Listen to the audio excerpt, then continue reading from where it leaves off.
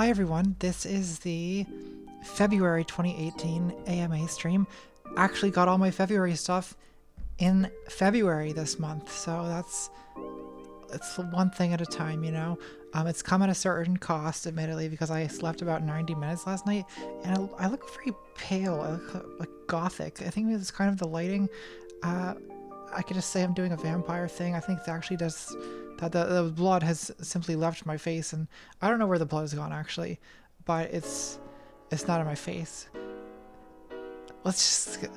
This is gonna be kind of a crazy stream because I'm running on very little sleep, so I apologize if my answers to your questions are just batshit.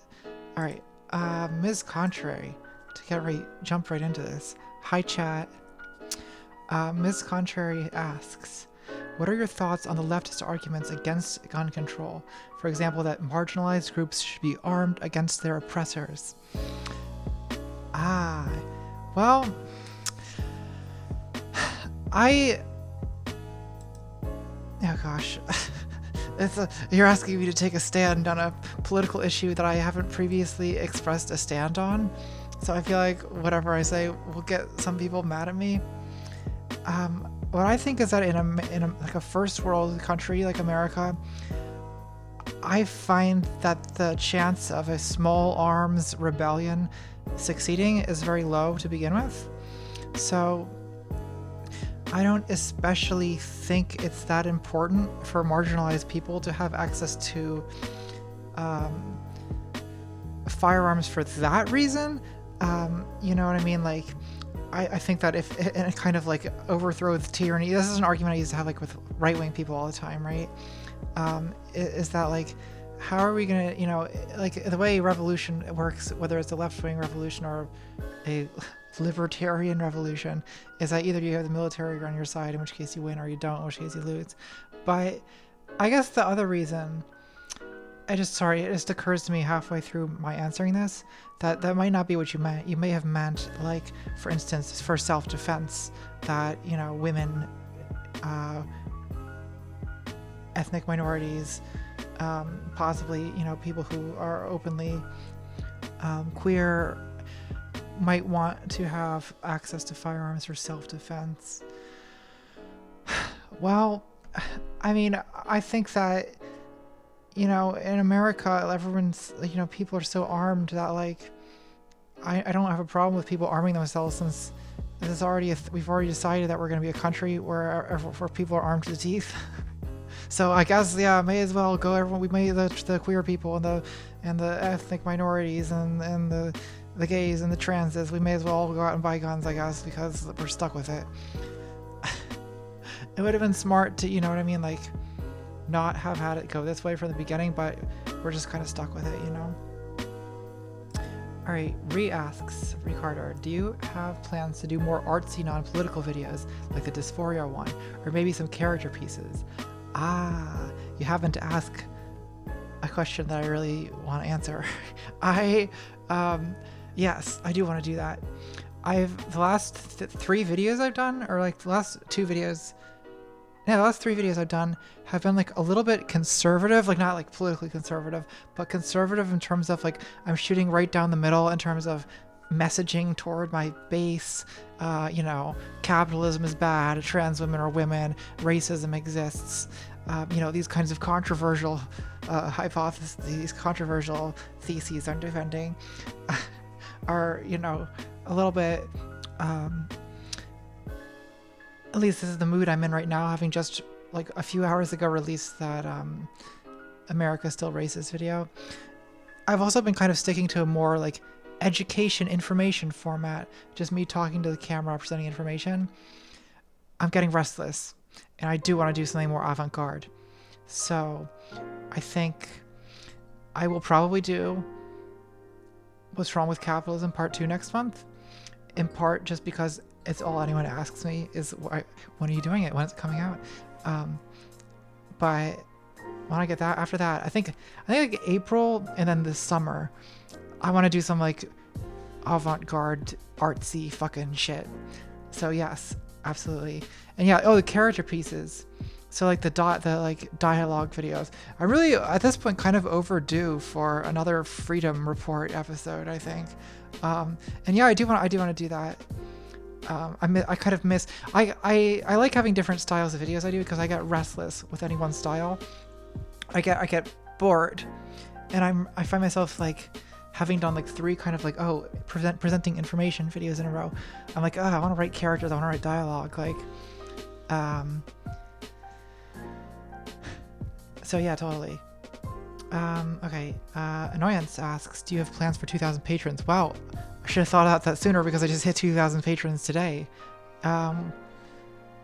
Which, yeah, it's amazing. Like, at a certain point, I've like stopped even thinking about it. Like, I've stopped thinking about how incredible it is that this many people want to support what I'm doing. Like,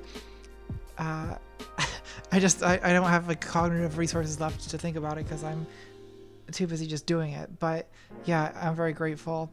I don't know, maybe we'll have a special 2,000 patron stream. If anyone has good ideas for a 2,000 patron thing I could do, let me know.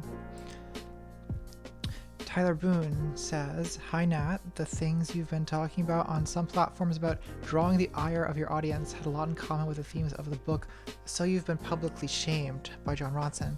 Have you read it? If not, I highly recommend it. Is a video about the tendency of people to be whipped into a frenzy like that on your list of things to do? Yeah, I have read that. It's a great, a very pertinent book for people who live on the internet in our time. I probably won't do a video on that specifically, although it is definitely a topic that it's something I think about a lot, because I think it's, it's not just, I think people unfortunately have it to call it like, this leftist problem. I'm actually not convinced that it is specifically a leftist problem. I think that I see it happening in the alt-right. I see it happening in like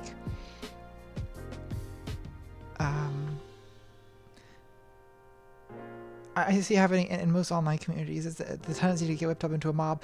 It's I don't want, like I said, I don't want to do a video about it, but it's a theme that I'd like to talk about because it's such a part of my life.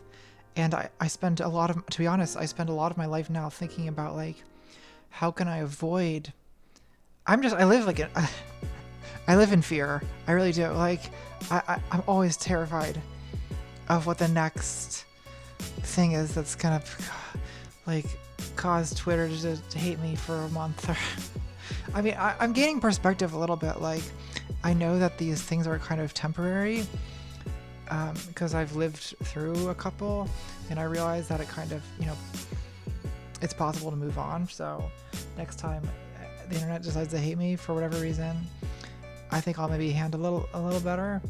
But I do, it's just a constant background anxiety. I think it sort of comes out in some of my videos, but it's not a topic I probably want to specifically focus on because I'm not sure. I don't have an idea in my head of how to make that into a video.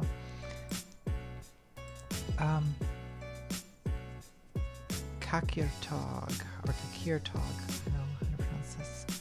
After Black Panther came out, I saw a lot of calls that Killmonger was a real hero because he fought for the suppressed people instead of the Black Panther, who was more idle. What are your thoughts on this? Okay, so guys, I have a confession. I have not seen Black Panther yet. And the reason I haven't seen it is that I've been working on this video, and I just haven't had a chance. So this week I want to go see it. Maybe I'll go see it tonight. No, I'll fall asleep if I go tonight. Yeah, I'm gonna see that this week. I feel bad that I haven't seen it yet. I'm not participating in the internet culture that I'm part of. Also, I have a moral duty to see every movie that makes Jordan Peterson fans on the or whatever on the internet angry. Okay, Derek W asks, do you have any affinity with, or even just passing admiration for virtue ethics? Well, let's see. Let me think. Let me try to like get my mind back into like philosophy mode. I guess I think that like all the major ethical theories are true in a sense, like in that not that because I don't believe in any of them as like systematic ultimate theory philosophical theories of ethics. I don't have any theory like that. I think that real life is like more pragmatic, and I think that all of us in our real lives think in consequentialist ways or deontological ways or virtue ethics ways.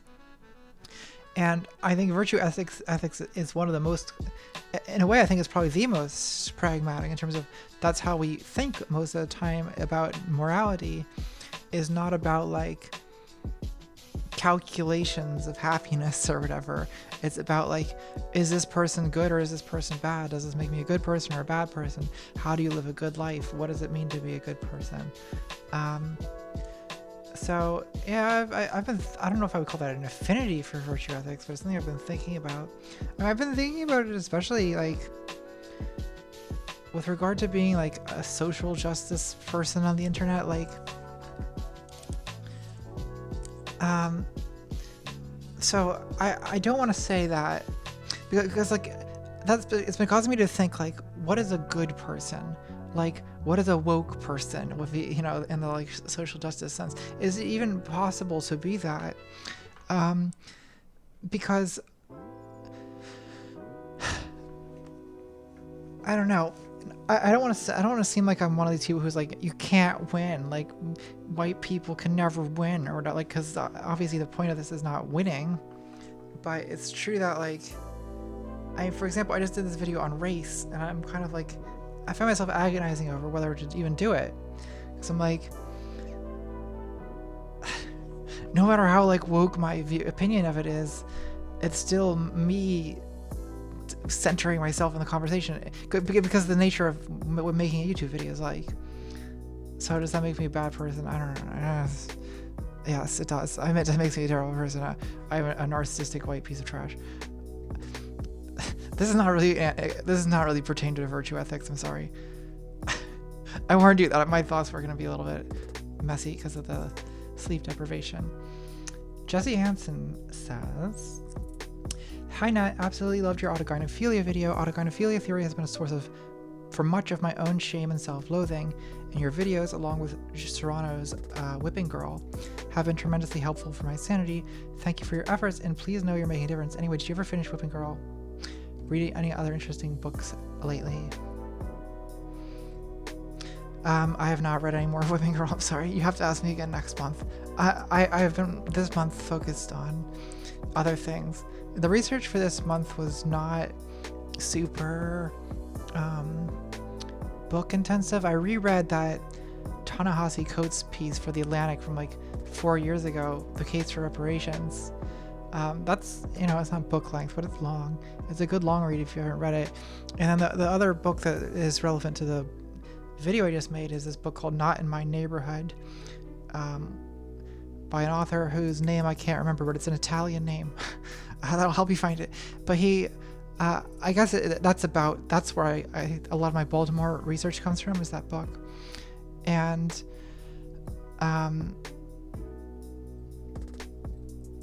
where is I going with this? I'm glad that you liked the autogynephilia video. I heard from a lot of people that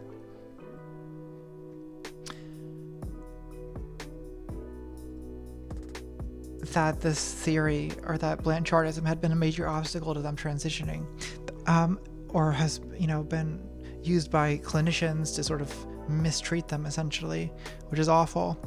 I'm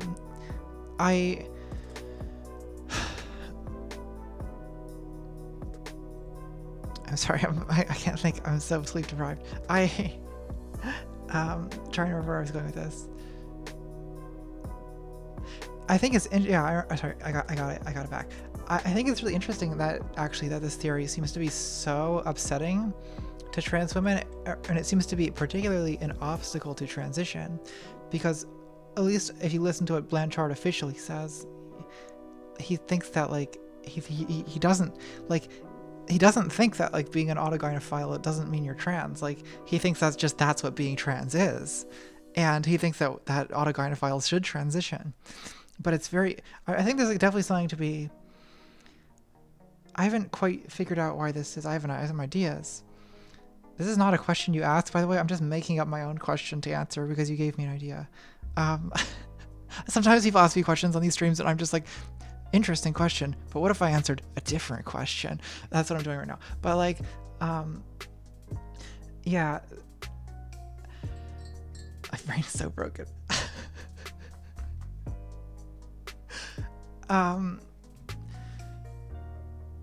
I'll get to it. I'm just really slow.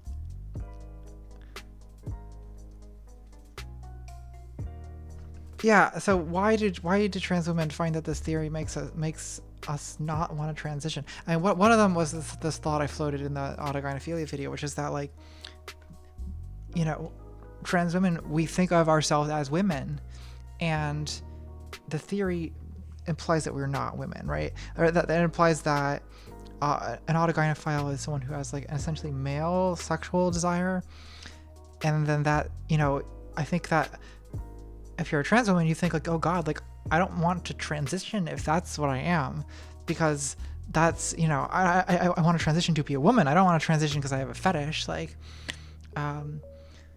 that's my guess. Anyway, I've heard from a lot of people the same thing, Jesse. Empress of Festivals says, to what extent do you believe that a standardized version of a language, such as Standard American English, actually needs to be used on a regular basis? Do you have any opinion on whether this concept is abused? Or do you think it should be more rigorously implemented on a societal scale? On another note, would you want to do events in LA, and have you any thoughts on the idea of the move to a more progressive society can only be achieved, okay, via revolution rather than through infiltration or incrementalism? Okay, it's a few different questions. First, what do I think of the idea of a standardized language? I think it's a terrible idea. I think that language by nature is a kind of organic outgrowth of human collective life, and I think that trying to regulate it or formalize it or stabilize it in this way is a misunderstanding of language to begin with, and one that tends to just sort of enforce a kind of elitist and stagnating view of culture. Wow, that came out real smooth considering the answers to the last couple questions I've given. Do I think it... Okay, LA.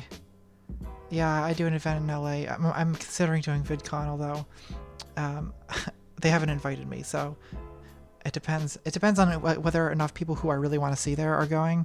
I might go and not even get a ticket, just go and party in LA.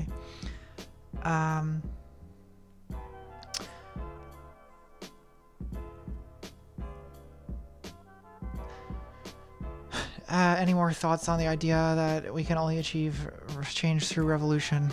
This is a gigantic question that I've engaged with a bit in the form of debates with Tabby on my channel. I don't really have anything to add to that right now.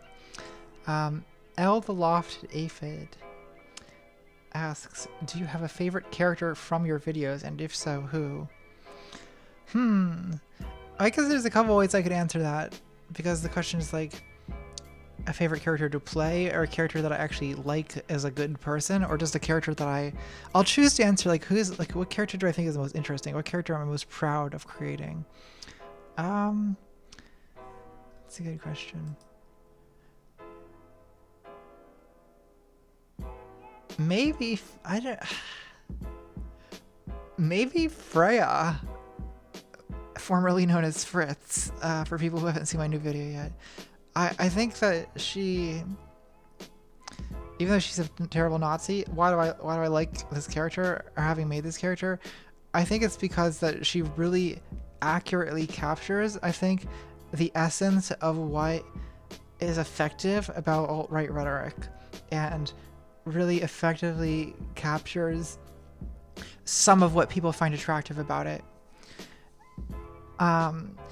I think that, for instance, like, I haven't quite worked. Abigail Cockbane is also a villain, but I feel that with Abigail, I often more feel that I'm in danger of just doing of more of just a caricature, you know. Um, I I don't know. I think there's just something kind of magical about Freya, like that this character that just writes itself based on, I don't know. It's just like fascism personified. um, Tux says, it's an oft remarked upon problem, but how do you think we can make leftist intersectional vocabulary and ideas more accessible to disenfranchised young adults? To explain these concepts in concise, understandable, and relatable ways that won't make them defensive.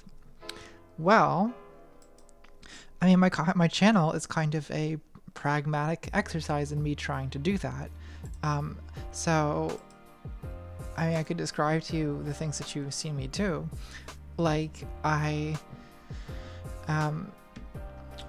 maybe I've been failing at this a little bit lately, but I think that it does help not to be.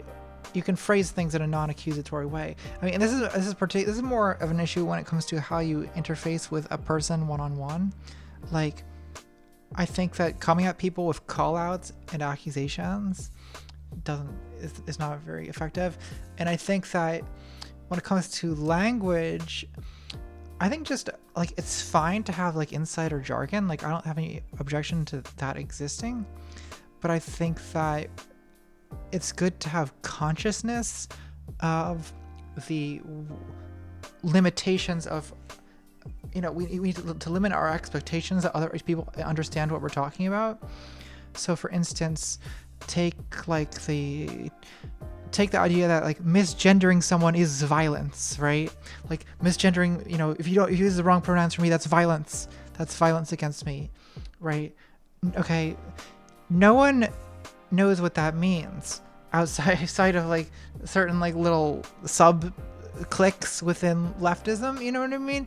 And so when you say that to most people, you just sound crazy because they think that you're saying like,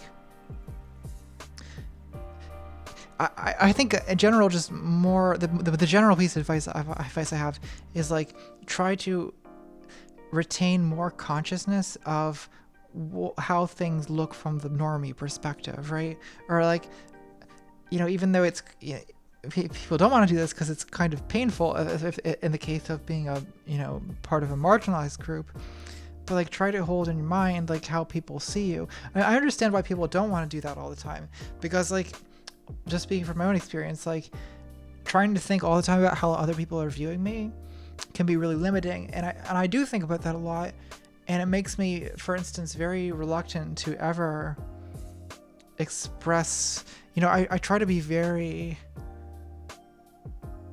never to express anger when it comes to especially trans issues, because I don't want to seem, you know what I mean, like I don't want to be one of those trans women who, I know the normies look at her and they just see an angry man shouting at people. And, you know, but I also think that like seeing yourself the way other people see you in cases like that can actually be kind of psychologically damaging. So I don't know. There needs to be a balance, right, between like affirming your own perspective on yourself and navigating the way that other people are going to perceive you. Adam Morrigan says, when creating dialogues between you and Cockbane, for example, how much delight do you find in the unavoidable editorializing that's going to happen when you write for a character with views different or even oppositional to yours? That's where the humor is, but it also risks being where Abigail's argumentative credibility falls away. An argument becomes as much of a cartoon as Abigail herself.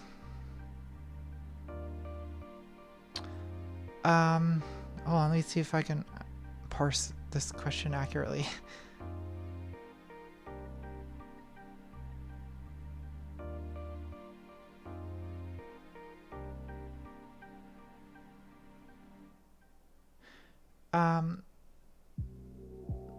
So are you asking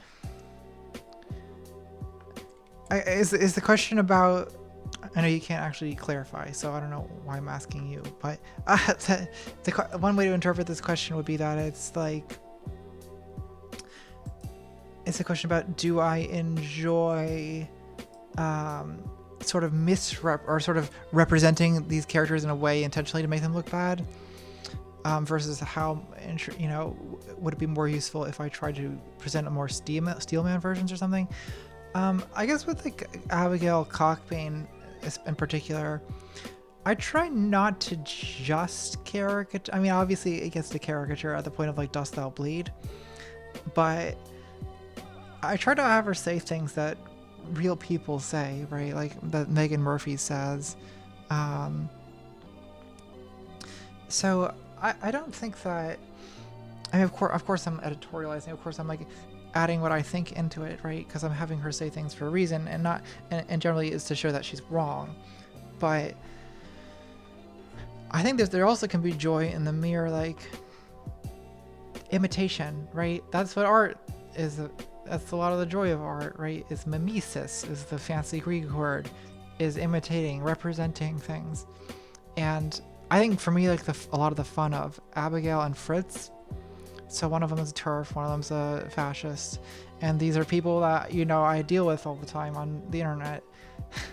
And there's just the kind of like apolitical joy, I think, and just like copying this thing, these people that have been such a source of like strife, right? Like impersonating your enemy is just a lot of fun.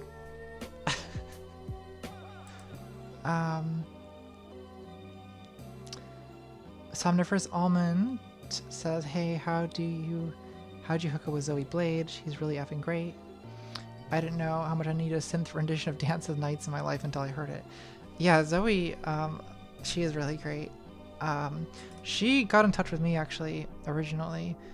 She had done some music for Zinnia Jones actually in the past, and was just liked my channel. And also she gave me some. She was kind of a trans mom to me early on too, and yeah, she's an amazing musician too,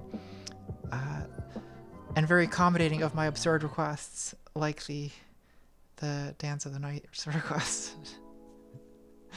Which is very inventive with responding to the ludicrous suggestions I make.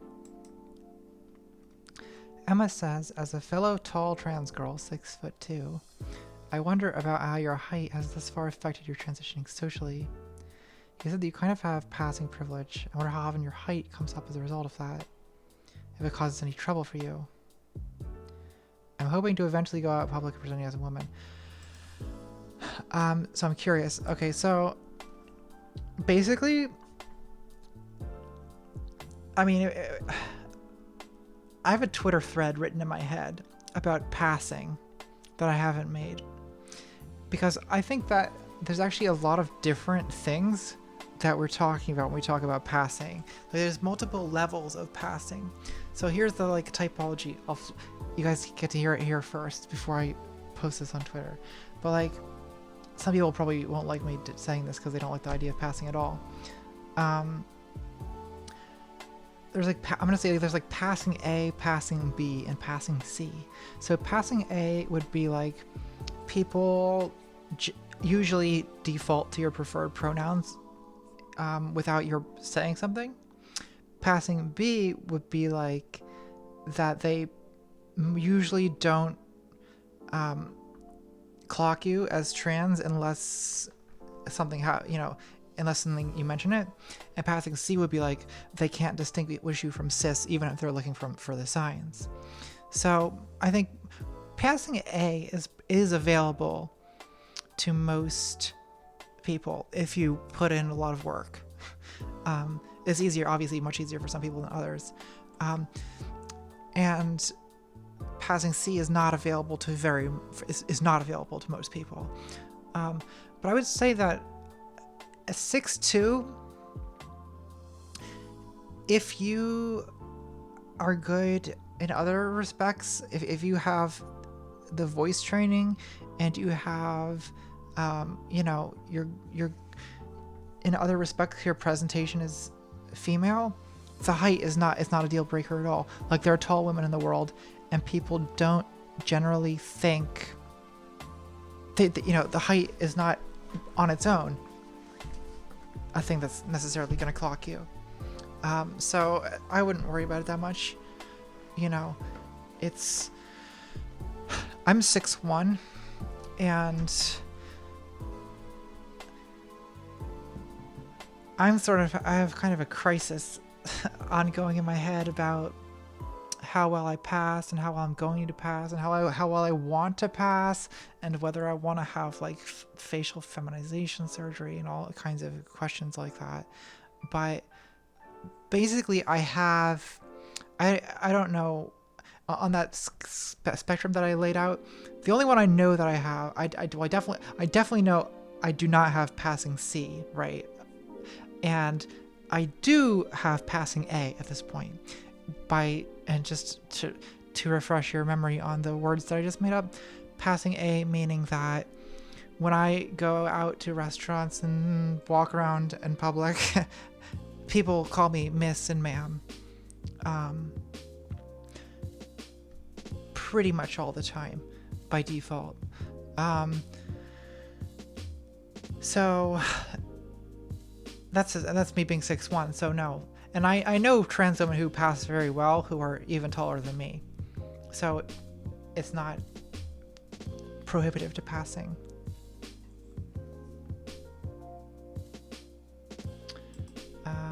Okay.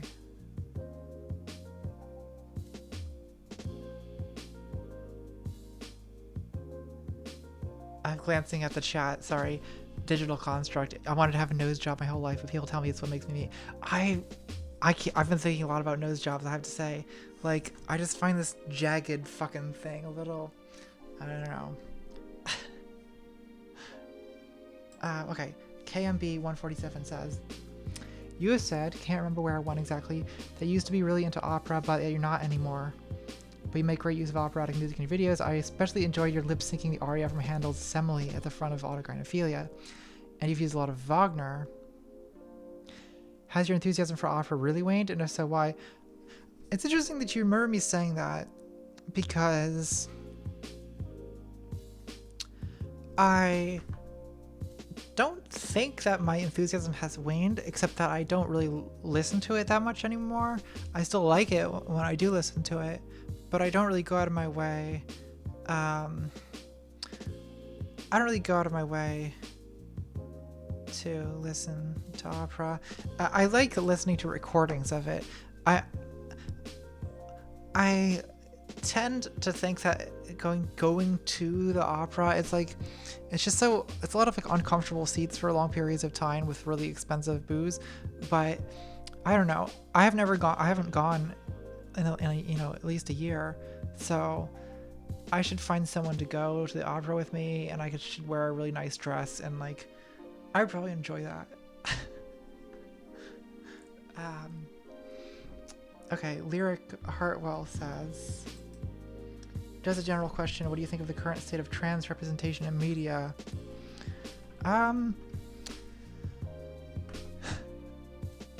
For the most part, it's pretty shit, I think. I'm missing a few of the critical pieces. Like, I haven't really watched Sense8, to be honest. I haven't really watched Orange is the New Black. I need to watch more TV, I guess. There's only so many things you can do in life, though, and like, watching like TV dramas is just not a thing that I make time for. But maybe I should. I don't know. I think that often the trans representation I do see in movies anyway is just terrible. Like, it's just like cis people playing misunderstood fucking just like terribly written by cis people trans characters by people who don't know anything about trans people. I think it's pretty bad. I should watch Sensei. I know. Bad Tran. Alright, Kat Baslov says, about feminism, how do you think men's issues relate to feminist studies? And especially activism. And by men's issues, I mean downsides to living as a man in patriarchal society, like toxic gender roles, toxic masculinities, fear of the feminine, not the friend zone or other red pill bullshit. Can there be feminist men? What do you think of people saying feminist activities need to be devoid of the presence of men? Do you believe the ultimate radical solution, that is to abolish all gender roles completely? How does that make sense, or doesn't, with gender identity? Is there a cure for turfism? Oh my gosh, Kat, there's so many questions. But seriously now, what's your opinion on this subject, and has your transition affected it? P.S. You're wicked cool. Oh, thank you. Okay, let's get started on this. So how do I think men's issues intersect with feminism?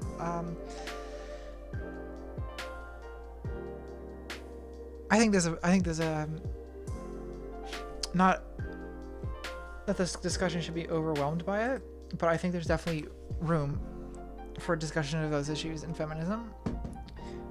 Can there be feminist men? I think there can be. What do I think of people saying feminist activities need to be devoid of the presence of men? Okay, so I think that sometimes, and for some people, that can be a healthy thing and a constructive thing to have in some situations.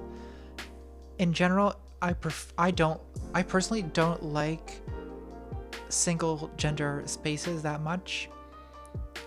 I just don't feel that that's a need that like caters to that. It's just not a need that I have, but I understand that it is a need for some other people. I understand the concern about like men taking over feminist spaces, but I think there's ways that men can be included that doesn't lead to that happening.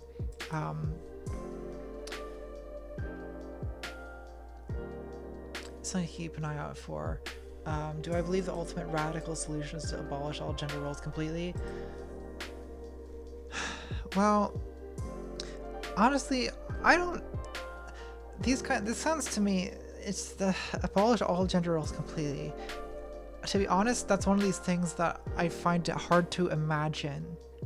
I can imagine significantly, and I think this is happening. I think that gender roles are significantly opening up to the point where they don't restrict what you can do and anything like the way they did, 40 years ago even. And that's, I think, that to me is progress. Like, do I think that what would it mean for gender roles to be gone completely? That there would be simply no expectations imposed on us based on our gender or our sex?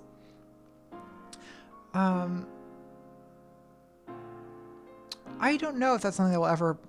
I don't know if that's something that's completely. I don't know if that's possible. I don't know if it's desirable. I don't think about that much, to be honest, because I'm just a very pragmatic person. I mean, this is like, I feel like I'm having my attitude towards the radical feminists on this is similar to my attitude towards like Tabby on the capitalism thing. Like,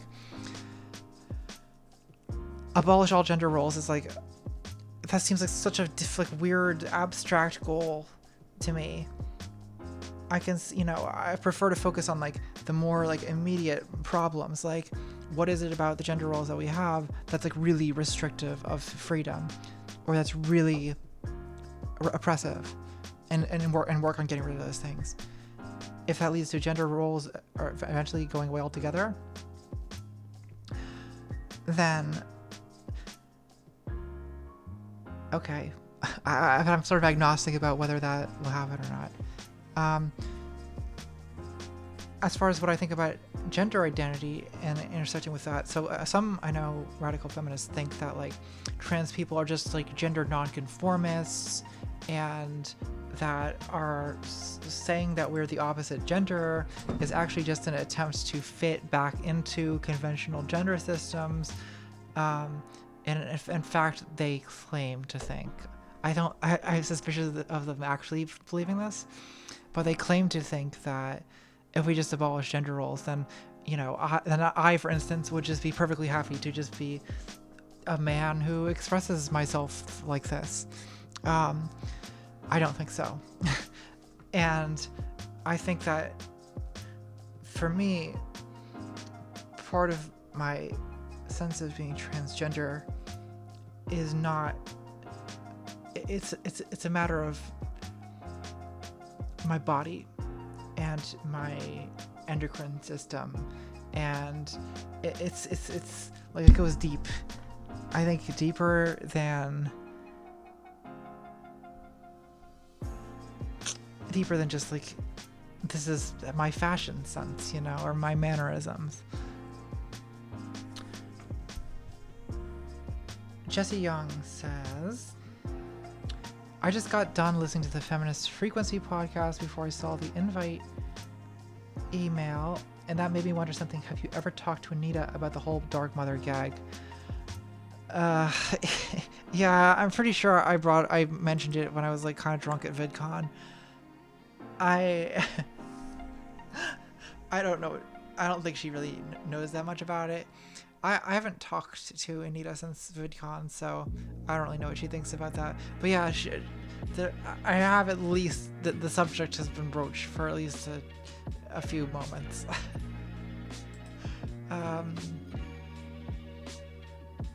Jess Stewart says, hi, Natalie loves autogynephilia video. It was so gender affirming for me when you turned Blanchard's theory on its head. How are you doing? How are you doing? Well, that's an open-ended question. I'm doing okay. I'm drinking Bud Light Lime. This is the last one I have in the house. I'm not gonna watch the stream because the way I'm playing with my hair, I can see it's gonna be just painful to look at for me later. But I need to tie my hand down. Don't touch your hair. I'm doing fine. I'm very sleep deprived. That's probably the predominant thing that's going on with me.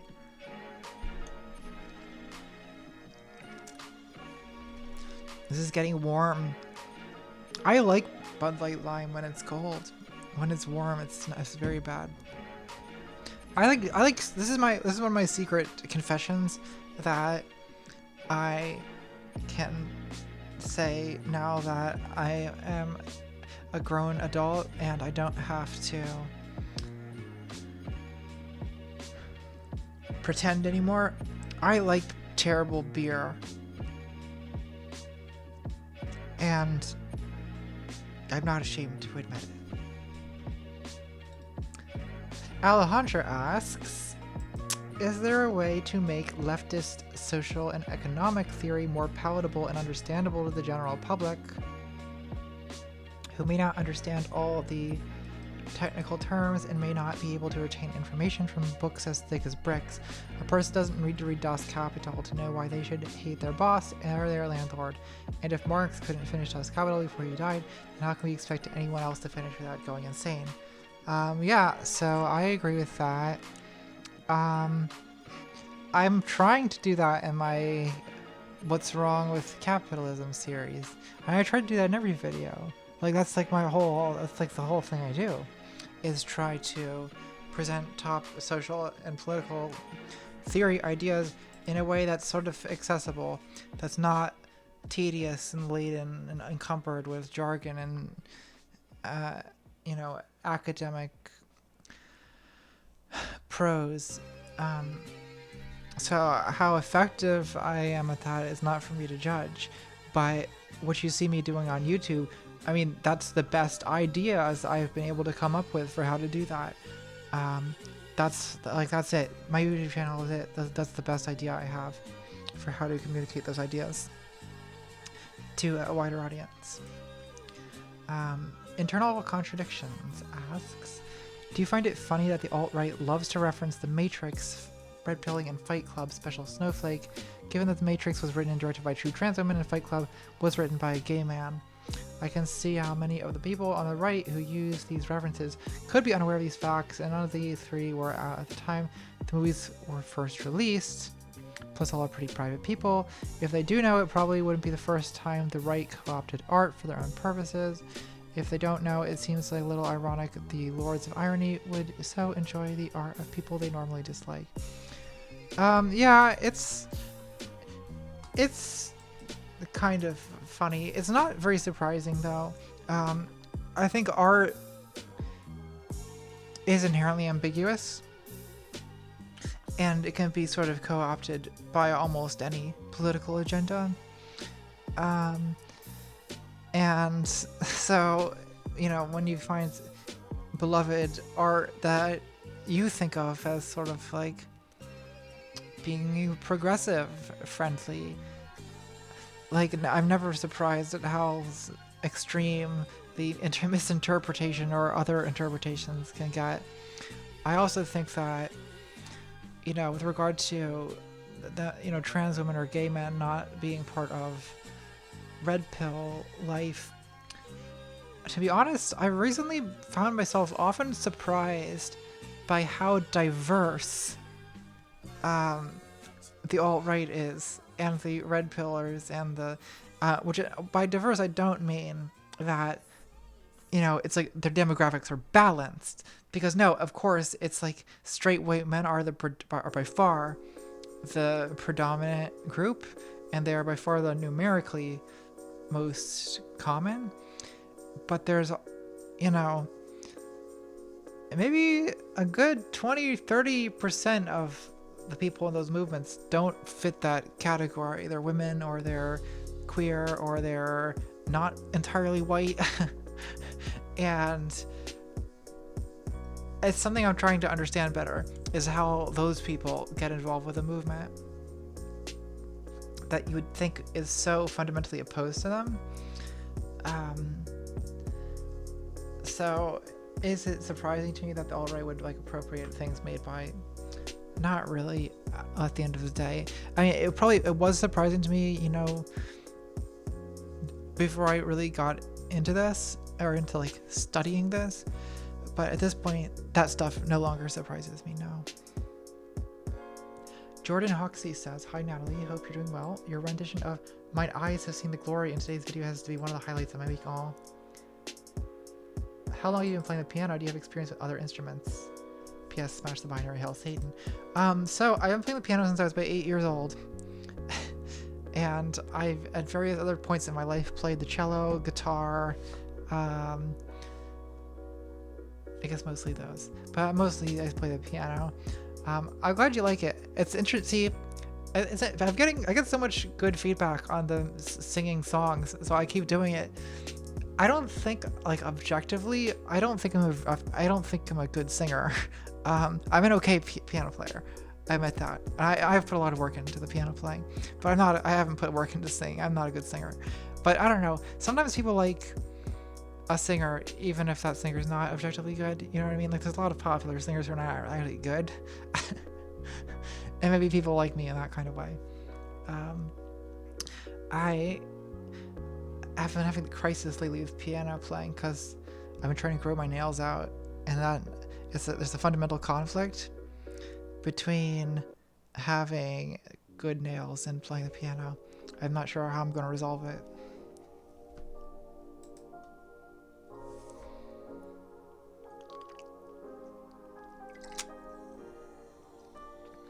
Okay, Garrett Mitchell asks, "Hi Natalie, what is your opinion on Dave Chappelle's trans jokes from his most recent Netflix special? I thought they were rather mean-spirited, which made his attempts to claim he's not transphobic ring false." Yeah, his trans jokes are terrible. He needs to stop. He needs to stop right now. Is basically what I think about it. It's just... The problem is that he just is ignorant about trans people, and so his jokes are not funny. Because to make a good joke about a topic, you have to have a kind of understanding of that topic in order to perceive the little nuances of what's absurd about it. So you could make hilarious jokes about trans people if you knew a lot about trans people, but Dave Chappelle doesn't know a lot about trans people, so he says these kind of inept things that mostly just exhibit that he doesn't know trans people. And it just kind of makes you groan as a person in the audience. So that's, I guess, my take on that. Basic Butch says, hey, in the Discord chat you were talking about some of the reasons it was fun to write and play Contra. It got me thinking. She's like a goddamn superhero, but one that confronts everyday problems instead of an end-of-the-world ploy. And these everyday shitty people and ideas have an effect on all of us. Contra doesn't need laser swords to blow up shit. Though I'd watch that too. She uses her confidence, wit, and intelligence. Having said that, if Contra got her own superhero movie, what would her superpower be? Who would she want as a sidekick? Who is her arch nemesis? Well, I think clearly the golden one is her arch nemesis. The golden one's been tweeting about me in the last couple hours. I don't know if you all have seen. I don't know how to deal with that. By the way, we gotta talk about that. I'm like, I don't want to respond at all because I feel like if I actually respond to his tweets, like that shit's gonna get screen capped and people are gonna say that I'm flirting and colluding with fascism. So I'm just gonna not say anything, I think. But what would her superpower be? Baths. Regenerative baths. I don't know. Seduction. Seducing the golden one. Who would you want as a sidekick? Maybe Tabby would be a sidekick, like a sort of unhinged bat swinging cat girl. I think I can see that working. Oh, his Twitter handle is the Glorious Lion.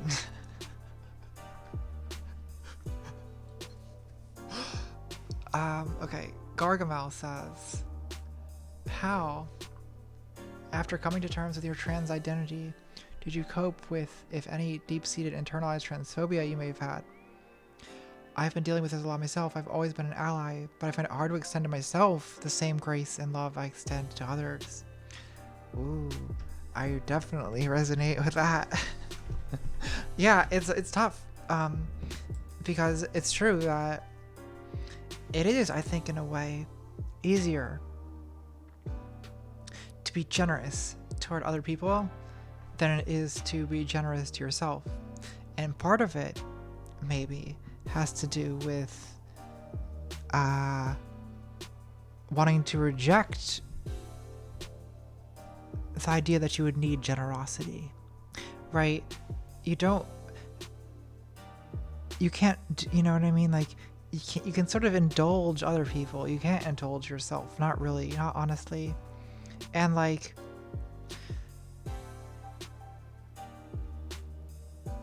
it's, you know, but a nicer way to put this, I think, would be that in some ways it's easier to accept other trans people than it is to accept yourself, because you only have to, other trans people, you just see them the way you see them, and you know, you don't worry so much the way you worry with yourself how other people see you and think about you. You know, if I think of a trans friend of mine who, for instance, like her mom like doesn't accept her or whatever, like it's easy for me to say like, oh well, her mom's just a fucking dumb transphobe bitch, who cares, like, right? But if it's your own mom, you can't do that. You know, you actually have to like kind of feel it.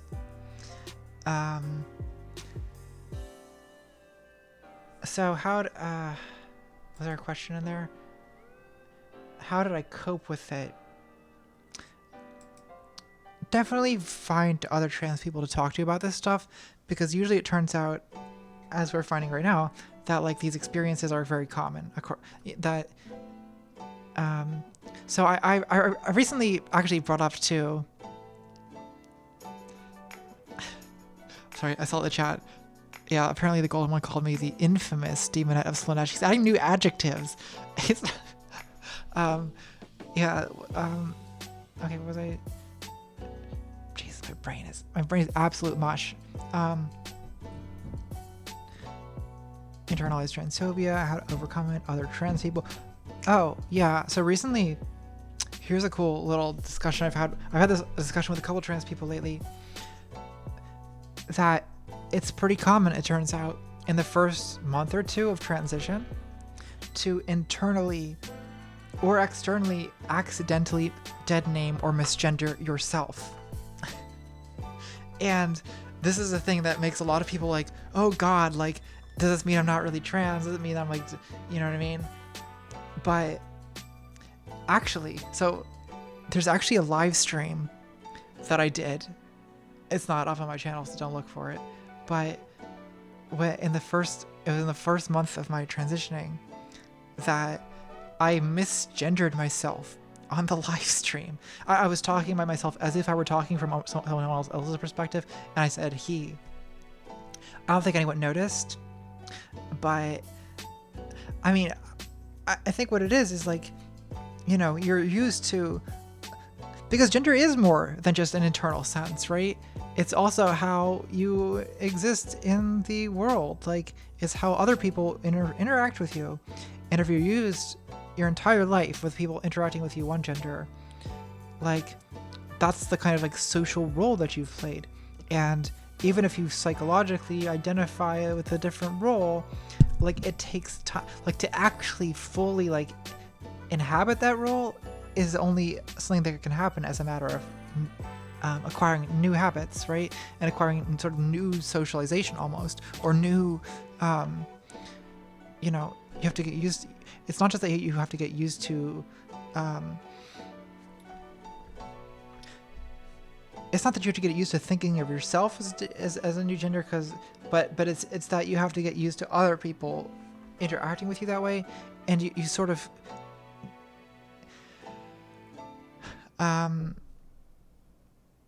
you have to acquire that through time.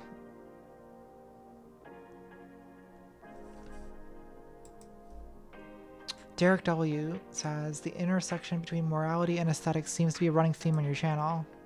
How long has that topic interested you? What observations of that subject do you think everyone should know? So if I'd stayed in philosophy, I actually might have written a dissertation about that. Yeah, it's kind of like an Oscar Wilde theme, really, more than like a traditional academic philosophy theme, but it's,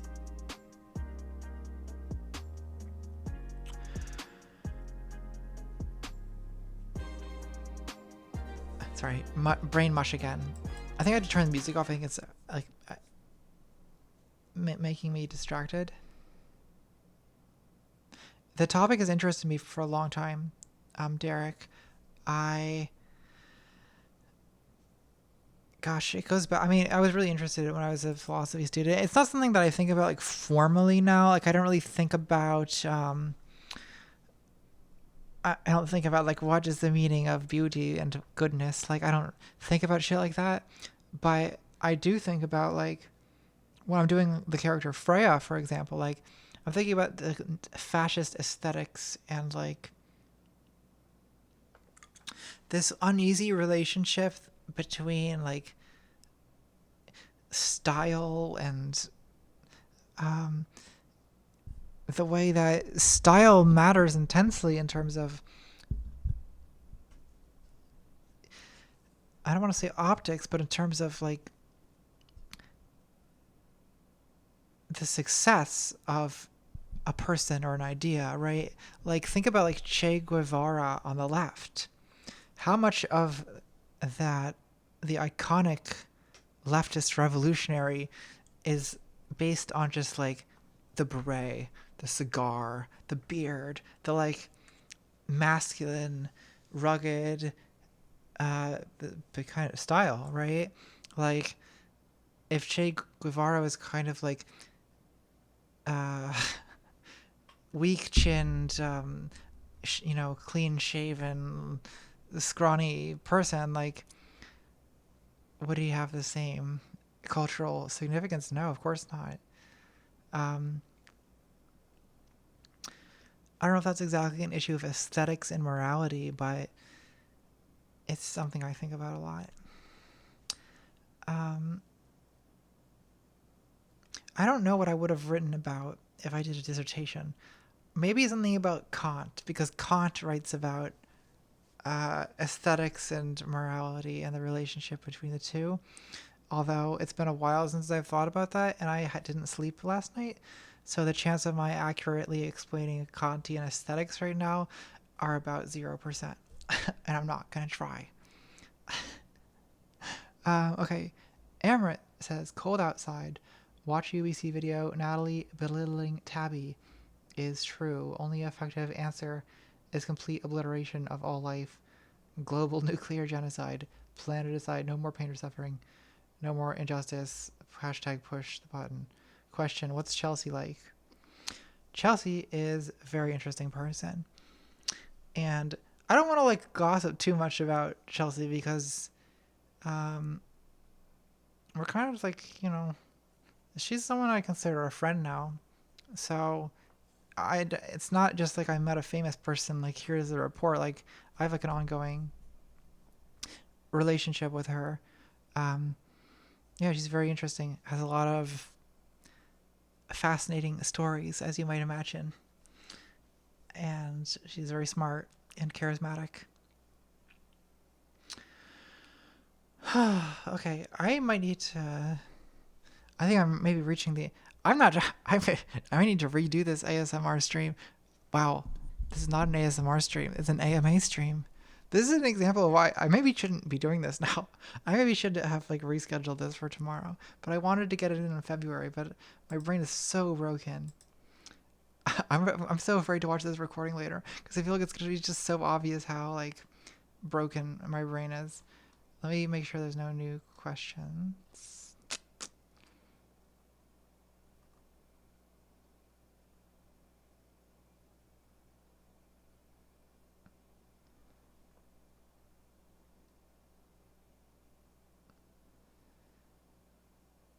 Okay, thank you, Amrit.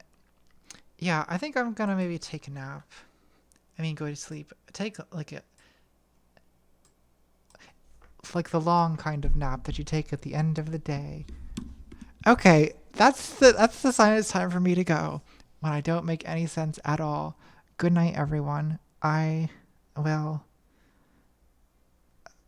be more awake next time.